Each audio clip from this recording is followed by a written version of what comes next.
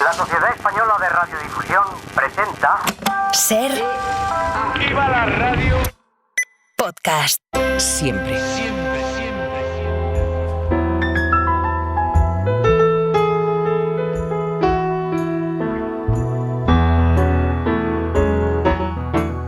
A vivir que son 2 días. Javier del Pino.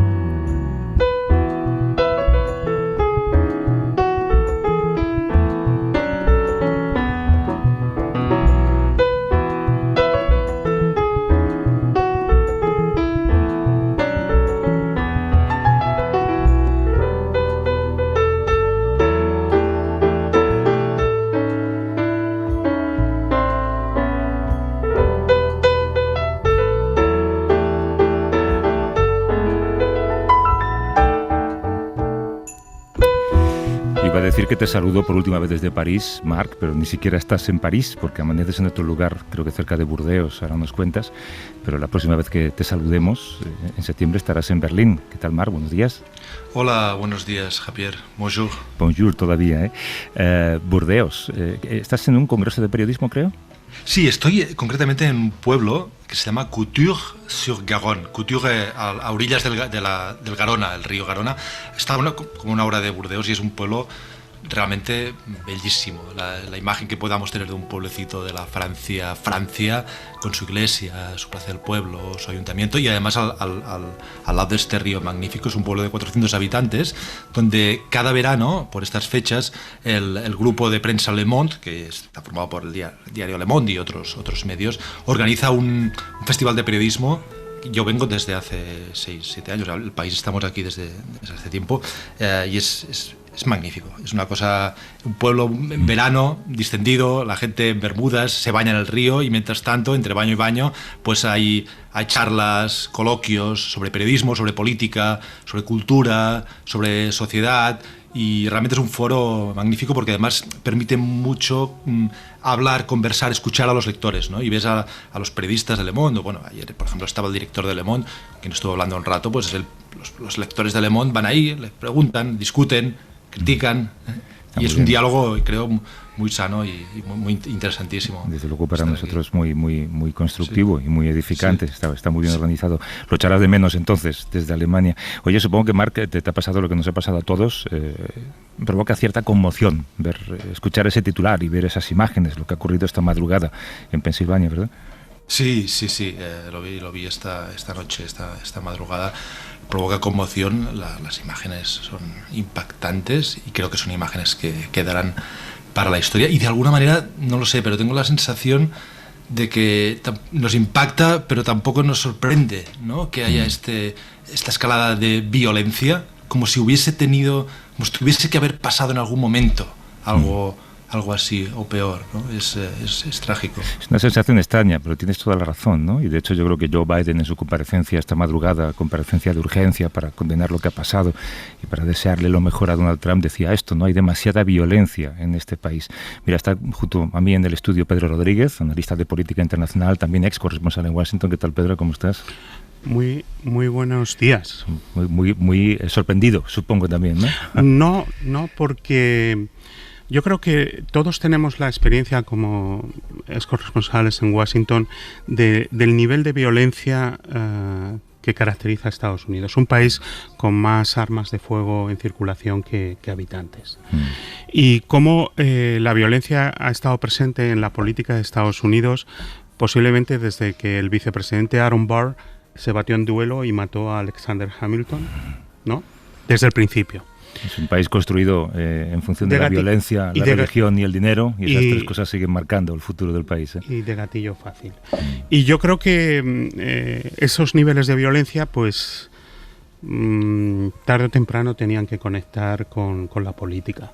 En 2016, quizá lo más sincero que dijo Trump fue: puedo salir a la Quinta Avenida, pegarle un tiro a alguien y no perder un solo voto. Yo creo que eso fija el tono de lo que ha pasado en Estados Unidos en los últimos años. Por supuesto, el antes y después es el asalto al Capitolio, con 5 muertos. Y es donde estamos, en un lugar muy oscuro para la democracia de Estados Unidos. En un país al que cuesta reconocer.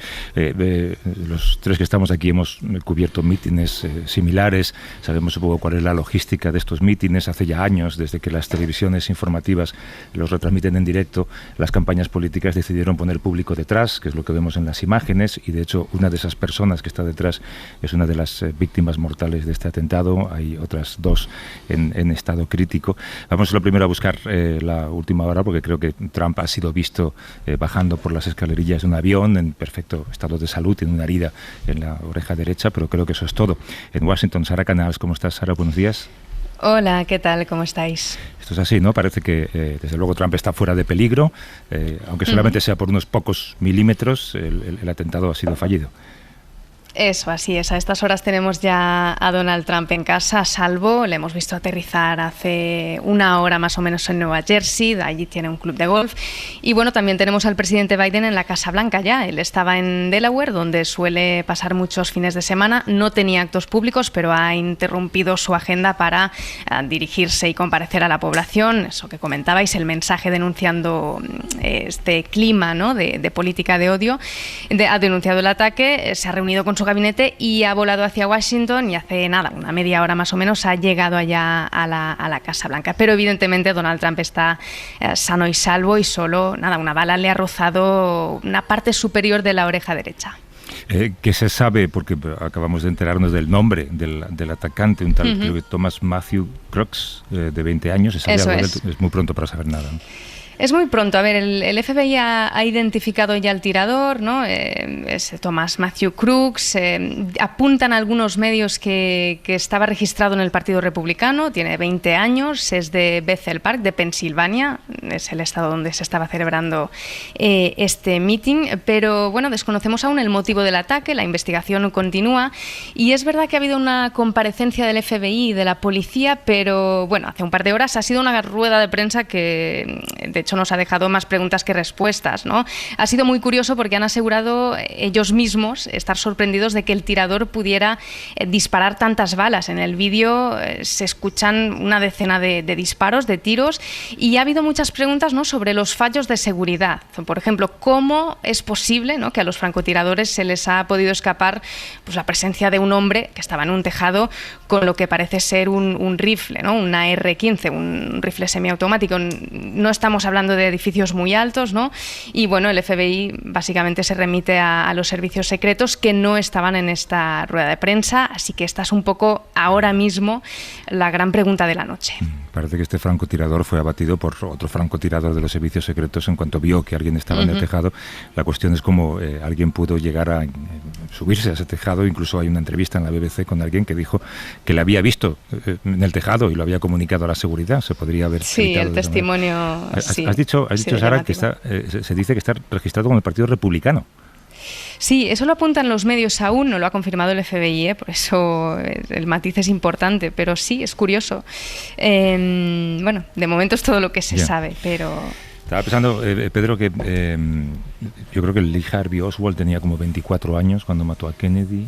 John Hinckley debía tener 24 o 25 cuando intentó matar a Reagan. Este joven tiene 20 años.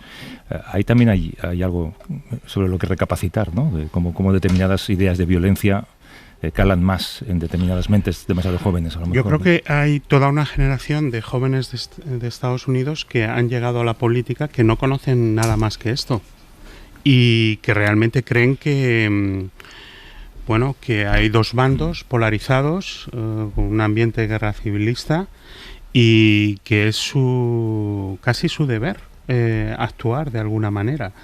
El trumpismo, yo creo que, en fin, tiene una enorme influencia, no solo dentro de Estados Unidos. Él está fuera de la Casa Blanca, pero en el mundo se habla de Trump en la política internacional y en la política doméstica, por supuesto, la imagen de él con el puño en alto y la cara ensangrentada. Esa es la imagen de la campaña, porque vivimos en tiempos... de la victoria de la campaña. Correcto. ¿Por qué? Porque vivimos en tiempos en los que no hace falta convencer a mucha gente, no hace falta formular grandes consensos políticos, no hace falta poner en papel un programa viable que solucione los verdaderos problemas del país. Hace falta movilizar a la base. Y esta es la mejor imagen. Tú lo has dicho, es la fotografía de la victoria.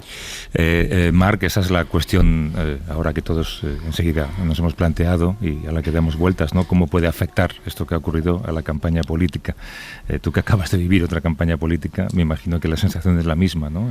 Es una victoria clara para Trump a partir de ahora. Sí, y como ha dicho Pedro, esta imagen es icónica realmente y es increíble como foto. La imagen de Trump que acaba de recibir o de rozarle o de tocarle un balazo y tiene la fuerza y la energía de levantar el puño, y me parece haber leído, pero corregidme si no es así, que dice fight, ¿no? Luchar.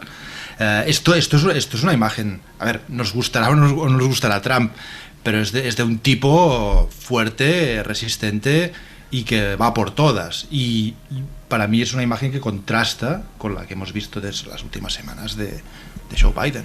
Alguien decía en el New York Times que cuando Trump se agacha al ver que le están disparando, lo hace por instinto. Cuando se levanta y alza el brazo, lo hace por carácter, y ese carácter es el que le puede dar la victoria, como decimos. Madre mía. ¿A 4 días? ¿A cuántos días de la convención será? Es la semana que viene. No, de hecho a mí, claro, me ha pillado todo esto haciendo el equipaje para irme a Milwaukee, porque la convención es mañana, es mañana.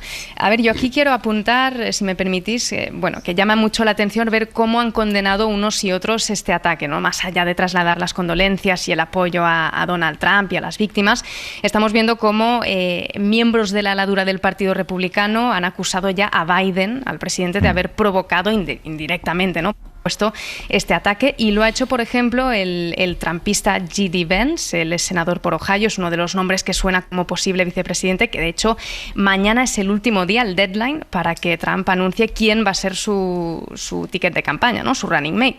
Y bueno, J.D. Vance ha venido a decir que están ahí postulando, exacto. Ha venido a decir que el hecho de tachar a Trump de dictador y de fascista ha provocado ese ataque, ¿no? Y no ha sido el único. Bueno, ¿no?, como dices, se han sumado al carro congresistas de la talla como Marjorie Taylor Greene, Lauren Boebert, etcétera. En cambio, los demócratas sí que hablan de un clima de violencia política. Algunos apuntan a la retórica de odio que ahora comentáis, ¿no?, que fomenta Donald Trump en sus mítines con sus insultos, sus ataques, ¿no?, y que cala sobre todo dentro de sus bases. Y hoy se recuerda mucho, por ejemplo, más allá del intento de asesinato de Reagan en el 81, ¿no?, se recuerda sobre todo el ataque que sufrió Paul Pelosi, el marido de Nancy Pelosi, expresidenta de la Cámara de Representantes, en su casa en San Francisco en las pasadas legislativas, donde un hombre irrumpió en su casa con un martillo para intentar torturarla o matarla, ¿no? Así que es un contraste que pone también de relieve la profunda división y la polarización que hay en el país. Y luego, claro, es lo que comentaba Marc, ¿no? ¿Cómo va a afectar esto en la campaña? Si va a realzar su imagen, a convertirlo en un mártir, a endiosarlo, ¿no? Yo me he conectado hace un rato, iba haciendo zapping, ¿no?, en Fox News, y claro, destacan sobre todo el gesto heroico de alzar el puño en alto, la audiencia además que se levanta con él, ¿no?, le aclaman, le corean USA, que hasta parece ensayado, ¿no? Es decir, es el instinto, lo que comentabas tú, Javier, pero bueno, que desde luego esta ya es una segunda pregunta, ¿no? La primera es ¿qué ha fallado en los servicios secretos? ¿Qué se les ha podido escapar? Y la segunda, ¿cómo va a afectar esto en la campaña en un par de semanas que han sido horribles para Biden? Y que de hecho es que hoy es el primer día que el presidente Biden se lo había tomado así un poco para descansar, estar en Delaware. Esto le ha pillado en plena misa, se había ido a un servicio, le han interrumpido, y ya mañana por la noche, lunes por la mañana, mañana que es, perdonad porque para mí es claro, sábado por la noche aún, el lunes ya se iba a Texas Texas para seguir haciendo campaña, dar entrevistas, pero claro, ahora lo ha anulado todo, está en la Casa Blanca y mañana ya tiene sus briefings con su equipo de gabinete, servicios secretos, directores del FBI, etcétera, para ver qué ha pasado y seguir pues abordando la situación. Así que veremos cómo afecta esto en la carrera. Hay otro elemento. Esta madrugada, claro, cuando todo el mundo se planteaba cuántos republicanos dudosos, digamos, van a decir, bueno, pues ahora sí voy a votar por él. Pues un republicano dudoso ya lo ha hecho y es el más rico del mundo, que es Elon Musk. A la media hora del atentado ha tuiteado diciendo que apoya la candidatura de Trump y que él pone detrás de esa candidatura, supongo, parte de su fortuna para ayudarle a ser presidente. En la política de Estados Unidos, los americanos participan dos veces, con la papeleta de voto y con la chequera. Y las donaciones políticas son las que alimentan las campañas presidenciales y todas las demás, fundamentalmente. ¿Y qué hemos visto? En las 2 últimas semanas las donaciones se han cerrado para Biden, nadie quiere apostar a caballo perdedor, y vemos como una serie de intereses financieros en Silicon Valley han decidido empezar a apoyar a Trump. Trump había sido colocado en una especie de cuarentena por parte de los grandes fortunas de Estados Unidos por el asalto al Capitolio, la gran mentira. Incluso en la actualidad sigue sin decir que va a aceptar el resultado de las elecciones si pierde. Y esa cuarentena se ha eliminado antes incluso de todo lo que ha pasado en las últimas 24 horas. Marc. Sí, bueno, me pregunto si la elección que parecía ya bastante decidida ahora ya está sentenciada. Tengo la impresión, bueno, no estoy ahí y me gustaría saber vuestra opinión, pero que ha habido pocas elecciones donde todo parezca tan claro como esta. ¿Es así, creéis? ¿O es que es una impresión confusa? Hombre, tú como analista político, Pedro, tienes tu opinión, pero yo sospecho que ya lo único que puede salvar al Partido Demócrata es un golpe de efecto, que George Clooney sea candidato o algo así, ¿no? No, pero Hollywood tiene también su lastre, ¿no? Vamos a ver, yo creo que Biden se cree que es Harry Truman en 1947. Todos conocemos la foto famosa del periódico diciendo que su rival ha ganado cuando en realidad él ha ganado. Y se dejaron de hacer encuestas y Dewey, el republicano, ganó al final. Pero el problema es que eso es 1947. Si las elecciones, a mi juicio, hubieran sido antes del debate, probablemente las hubiera ganado Trump. Si hubieran sido después del debate, seguramente las hubiera ganado Trump. Aquí el problema es que nos creemos que las elecciones de Estados Unidos son un evento único, una cosa unitaria, y son en realidad 50 elecciones más... Quisiera recordar a Ramón Lobo en este momento, porque la última vez que estuve aquí hablando de esto, él estaba, me traje la pizarra y tú fuiste el único que hablaste de Tim Russert. ¿Te acuerdas? Sí, que cayó muerto de un infarto en la redacción de la NBC. Que él llevaba su pizarra para explicar el colegio electoral. Bien, son en realidad decididas estas elecciones en media docena de estados, por márgenes de votación de 6 puntos, o sea, de miles de votos.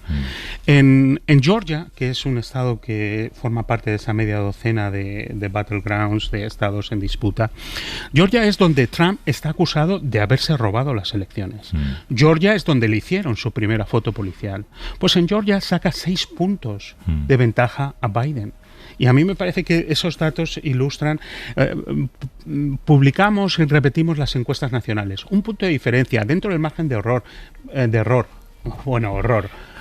Mentira podrida. En realidad, en la trastienda de esa media docena de estados, Trump está ganando las elecciones de Estados Unidos. Has explicado con matemáticas la clásica frase de que no hay nada que hacer. Pedro Rodríguez, que es analista político y ex corresponsal en Washington, gracias por acercarte al estudio casi corriendo esta mañana. Y cuídate, un abrazo. Muchas gracias a vosotros. Sara Canals, corresponsal de la SER en Washington, te dejamos dormir un rato, que supongo que luego tienes que entrar en hora 14. Cuídate, estupendo, un abrazo. Gracias. Un Hasta abrazo. Luego. Y a Marc, ahora seguimos tú y yo. Un abrazo.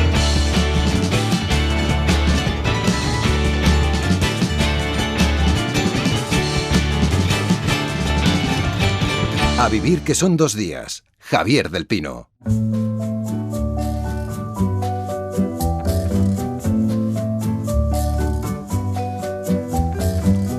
Sur la plage abandonnée, Decía antes, Marc, que es tu último día desde Francia, porque te marchas, como ya adelantamos hace algunas semanas, te marchas o regresas, porque ya conocías Berlín, te marchas a Berlín. Estaba pensando que es curioso porque tú llegaste creo a París cuando Donald Trump llegó a ser presidente de Estados Unidos, y ahora te marchas también cuando ha habido un vuelco electoral muy particular en Francia y cuando Trump está a punto de llegar otra vez a la presidencia de Estados Unidos. Sí, me marché de Washington 2 semanas después de que Donald Trump jurase el cargo, en aquella famosa jura del cargo en el Mall, ¿no? En la gran avenida de Washington, que está medio vacía. La de mayor asistencia del mundo, según él, ¿no? La de mayor asistencia, y ahí empezó lo de los hechos paralelos, ¿no? Que su consejera dijo, bueno, aunque las fotos muestren que la mitad está vacío, está lleno, no importa, hay 2 realidades. Y llegué a París en plena campaña en la que Macron ganó las elecciones, y el contraste era increíble, porque recuerda que había habido el Brexit, había habido Trump, en aquel momento había una verdadera ola populista que parecía que arrasaba con todo, y llego a París y veo estos mítines con un tipo que había sido banquero, imaginaros en la época populista, un banquero, que iba con banderas europeas, ¿no? Era el momento del nacionalismo, y hacía campaña con banderas de la Unión Europea, y va y gana, ¿no? Y derrota a Marine Le Pen. Entonces fue como un contraste considerable.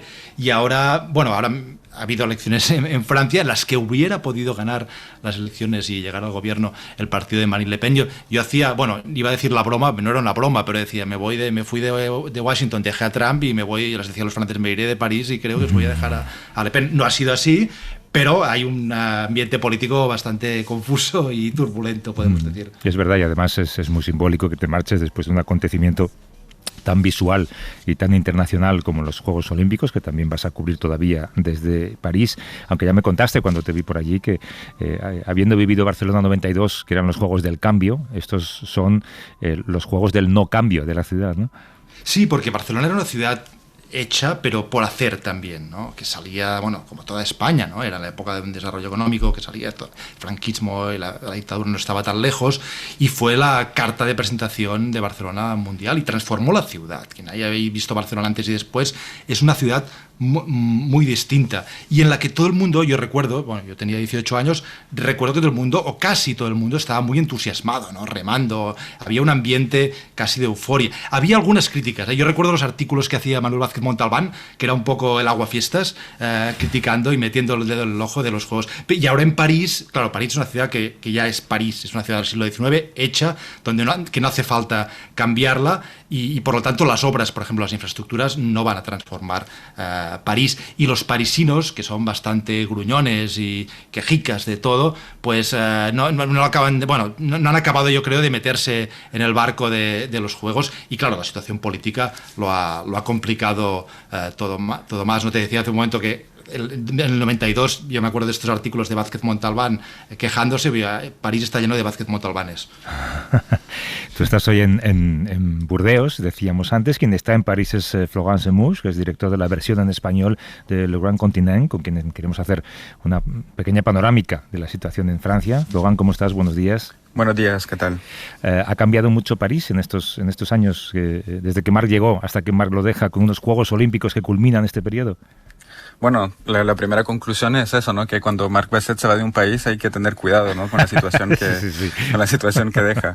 Pero no, retomando lo que ha dicho Marc, es verdad que la secuencia electoral no acaba de terminarse, ¿no? Estamos en una suerte de statu quo en el que la gente está esperando un nuevo gobierno. Emmanuel Macron mantiene por ahora el gobierno en asuntos corrientes, justamente para tener un gobierno estable y tener cierta estabilidad durante los Juegos Olímpicos. Y unos Juegos Olímpicos, como decía Marc, efectivamente en el que los parisinos o están huyendo, lo que siempre suelen hacer, ¿no? En el verano, con una ciudad que no ha cambiado mucho, porque la voluntad del gobierno francés y de la alcaldía de París es de querer hacer Juegos Olímpicos rentables, por lo cual tampoco han creado muchas infraestructuras, con los problemas que puede generar, ¿no? Con una ciudad con su corazón, Juegos Olímpicos, una ciudad totalmente bloqueada, por lo cual estamos en una suerte de interregno, en una palabra que usamos mucho en la palabra, esperando un nuevo gobierno y al mismo tiempo a una semana del inicio de los Juegos Olímpicos. Antes decíamos que Marc llegó cuando Macron y Marine Le Pen tuvieron su primer enfrentamiento en las presidenciales de 2017. Hay una sensación de que el tiempo va girando en redondo y todo vuelve a ocurrir, o la evolución de renacimiento y reagrupamiento nacional es también gracias a nuevos actores en la política francesa.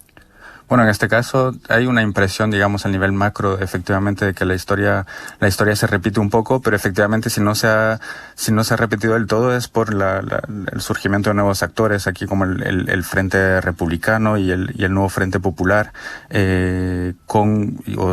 habría que decir gracias a un sistema electoral con las triangulares, las retiradas que permitieron salvar, digamos, el nuevo enfrentamiento entre Macron y Le Pen, o en este caso con Bardella, porque sin esos nuevos actores, como la primera vuelta a las legislativas y todos los sondeos lo mostraban, sin duda el plan Matignon de reagrupamiento nacional iba a funcionar y vamos a tener un gobierno de reagrupamiento nacional.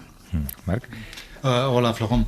¿Qué tal? ¿Tú crees que la situación política en Francia, sin gobierno, a la espera de que se forme un gobierno que nadie sabe muy bien cómo puede ser, si va a ser un gobierno de minorías, si va a haber una coalición, que los franceses no están muy acostumbrados a hacer coaliciones, pero crees que esta situación va a lastrar los Juegos Olímpicos? ¿O se va a olvidar y va a empezar la fiesta y va a haber un paréntesis de fiesta común, sin política por en medio? Pues yo creo que es justamente quizás la apuesta del presidente Macron, ¿no? La apuesta un poco impuesta, ¿no? Porque no le queda otra que los Juegos Olímpicos empiezan dentro de una semana y mantener un gobierno de estabilidad que lleva los asuntos corrientes para que los Juegos Olímpicos no se puedan desarrollar sin ningún problema, con todo lo que implica, ¿no? Que hay los franceses no entienden tampoco muy bien lo que ha pasado, que se pidan nuevas elecciones para que nada cambie. Es un statu quo un poco extraño y al mismo tiempo no es solamente la culpa, digamos, del presidente Macron, cuando vemos que el nuevo Frente Popular, que es efectivamente el primer bloque en la nueva Asamblea Legislativa, aún no ha logrado ponerse de acuerdo para designar un nombre candidato para ser primer ministro. Así que yo creo que sí, la gente se va, o sea, en esta sucesión de acontecimientos, de crisis que pasan. Ahora los Juegos Olímpicos dentro de una semana sin duda van a estar en el centro del escenario. Hablando de París, hay un protagonismo claro en estos Juegos. De hecho, Marc hizo un reportaje para El País Semanal, que es el Sena. He visto una fotografía, me parece que de este fin de semana, de la ministra, creo que de Deportes o de Cultura y Deportes, lanzándose al Sena para demostrar que es un lugar seguro. Que, por supuesto, a los españoles nos ha recordado la vieja fotografía de Fraga en Palomares, para demostrar que no era un mar radiactivo. Está el Sena, está la reapertura de Notre Dame. ¿Está Francia recuperando París, tú crees? Bueno, es verdad que estos Juegos Olímpicos son muy parisinos, ¿no? Hay algunas excepciones con algunas ciudades como Marsella o Lille en el que se desarrollarán parte de los Juegos Olímpicos, pero sí, o sea, ahorita digamos que París, aunque hay que subrayar también que, por ejemplo, los directores de hoteles están diciendo que tienen menos turistas en estos momentos que comparando con el año pasado, ¿no? Esperan que esta semana lleguen al fin todos los turistas que se les han prometido, pero París va a estar, si todo sale sin problema, con la ceremonia de apertura en el Sena, con todos los increíbles monumentos parisinos. Por supuesto que será un gran momento y esperaremos sin duda, y será muy útil tener algún escritor como hizo Jonathan Coe en su magnífico Corazón de Inglaterra, ¿no? En el que nos contó un poco las consecuencias de los Juegos Olímpicos de Londres. Un escritor que se anime a hacer lo mismo con París, a ver si un Vilamatas de París no se acaba nunca, o seguramente Houellebecq, lo que le gustará también a Marc, que se anime a contarnos, ¿no? Las consecuencias más o menos a largo plazo un acontecimiento como los Juegos Olímpicos. Unas buenas propuestas literarias. Gracias, Florent Semouche, desde París, es director de la versión en español de Le Grand Continent. Florent, un abrazo, cuídate. Hasta luego, muchas gracias. Hasta luego.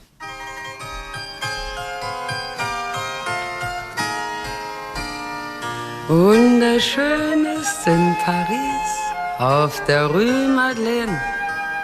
Schön ist es im Mai in Rom durch die Stadt zu gehen. Y del París que dejas dentro de muy poquito tiempo al Berlín al que llegarás dentro de muy poquito tiempo. No es una ciudad que desconoces, Marc, tú ya estuviste ahí como corresponsal de La Vanguardia, ¿no? Sí, estuve ahí entre el 2002 y el 2007. Hace un tiempo ya. Hace 5 años. Ahora que preparas tu regreso como corresponsal, yo desde luego supongo que me plantearía esto si volviera de corresponsal. ¿Reflexionas sobre cómo lo hacías y frente a cómo lo haces? También con el cambio de tecnología que ha habido en los últimos 10, 15 años y el cambio de manera de contar las cosas en el periodismo. Sí, yo creo que ha cambiado. Y cuando fui... No somos tan mayores como para decir que no había internet, ¿no? Pero todavía el periódico pensando en el papel, ¿no? Y todo orientado al papel, y internet no dejaba de ser algo todavía colateral, y ahora evidentemente todo esto ha cambiado. Yo tengo la sensación de, vuelvo a una ciudad donde viví y donde viví unos años maravillosos profesionalmente y personalmente, pero vuelvo con otro periódico porque estuve con La Vanguardia la otra vez. Y pienso también que la ciudad será distinta, porque Berlín es una de las ciudades, hablábamos de París hace un momento, ¿no? París-Berlín. París es una ciudad que no cambia, es una ciudad del siglo XIX. Berlín es una ciudad que constantemente está evolucionando y está en transformación.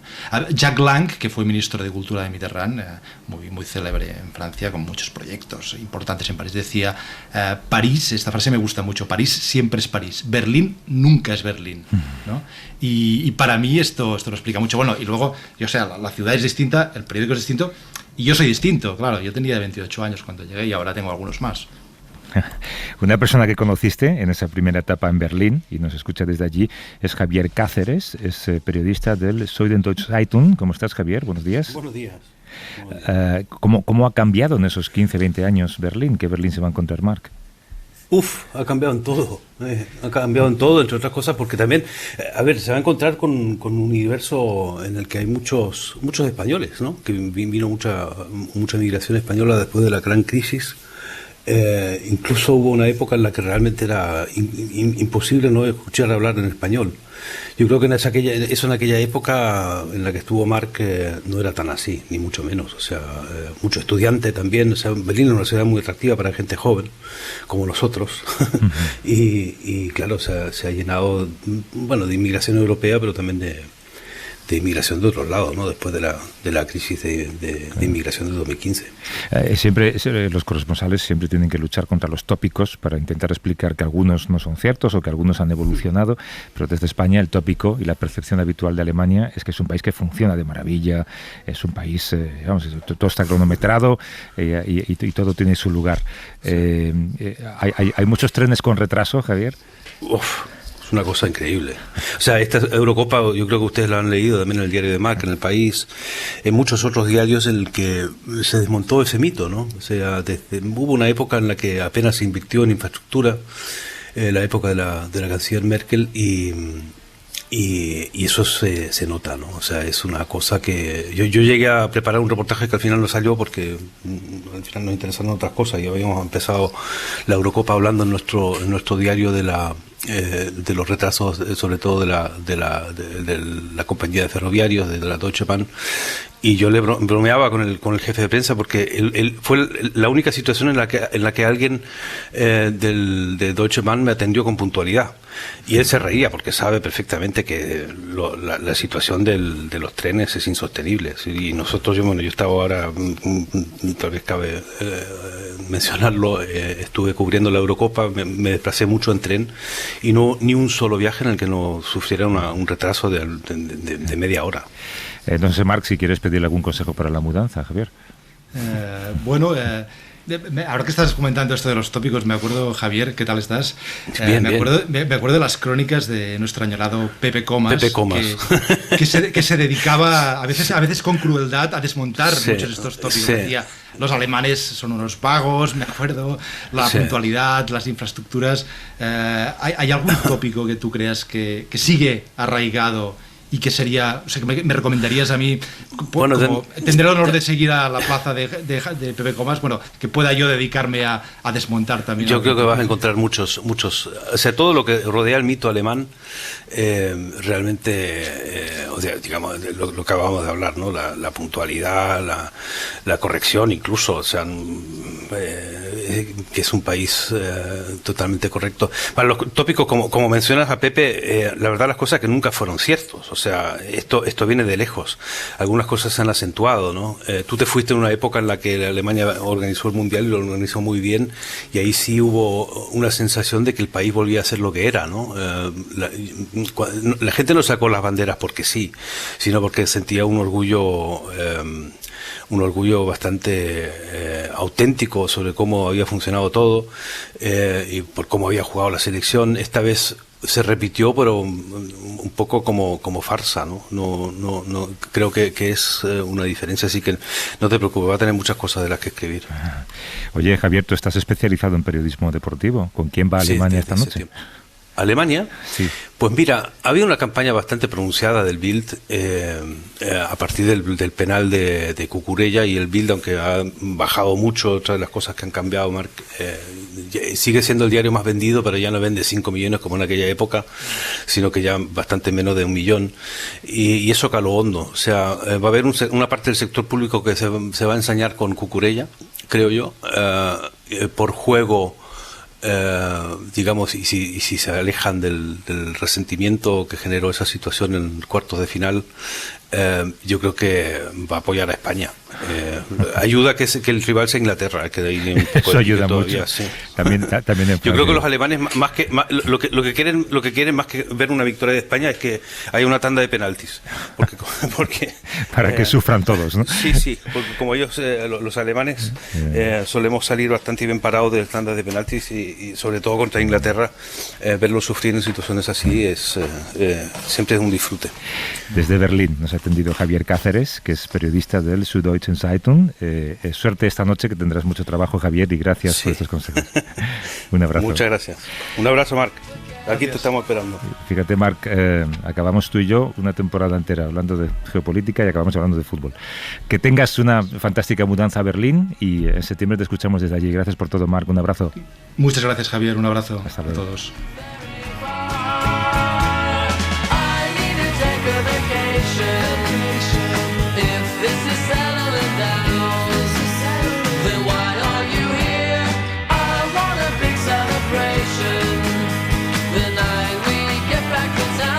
Para no perderte ningún episodio, síguenos en la aplicación o la web de la SER, Podium Podcast o tu plataforma de audio favorita.